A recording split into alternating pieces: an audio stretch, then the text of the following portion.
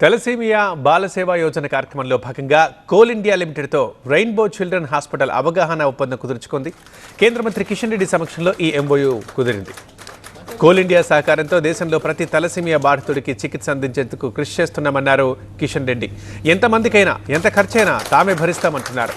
ఇప్పటిదాకా 800 మంది పిల్లలకు బోన్ ట్రాన్స్ప్లాంట్ జరిగిందని, ఇకపై అప్లాస్టిక్ అనీమియా సర్జరీ హైదరాబాద్లోనే అందుబాటులో ఉంటుందని అన్నారు కిషన్ రెడ్డి.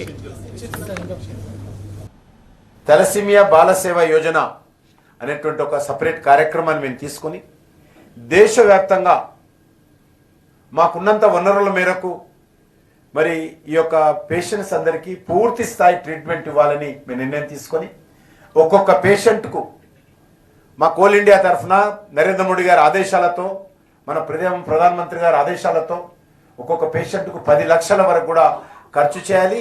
ఎంతమంది ఉన్నా పర్లేదు, స్కై ఈజ్ లిమిట్, అందరికీ ట్రీట్మెంట్ అందించాలనేటువంటిదే మా లక్ష్యం. ఆ దిశలోనే ప్రధానమంత్రి గారి ఆదేశాలతోటి ఇప్పటికీ 17 హాస్పిటల్స్ మేము ఎంఓయూ చేసుకున్నాం. ఇది 18వ హాస్పిటల్ అనే ఈ సందర్భంగా మనయోస్తా ఉన్నాను.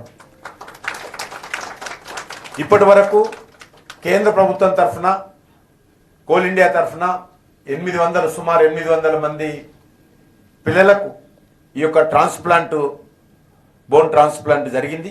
తలసేమియా పేషెంట్స్ ఎవరైతే ఉంటారో అప్లాస్టిక్ అనీమియా, దీనికోసం ఇప్పుడు ఇతర రాష్ట్రాలకు కానీ ఇబ్బందులకు కానీ వెళ్ళాల్సినటువంటి అవసరం లేదు.